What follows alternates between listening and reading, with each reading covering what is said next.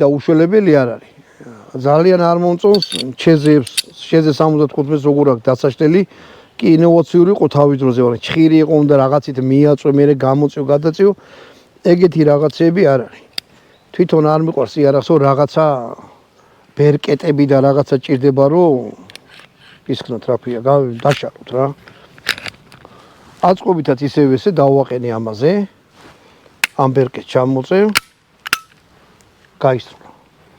ანუ ადვილად ეწყობა, მარტივია ძალიან.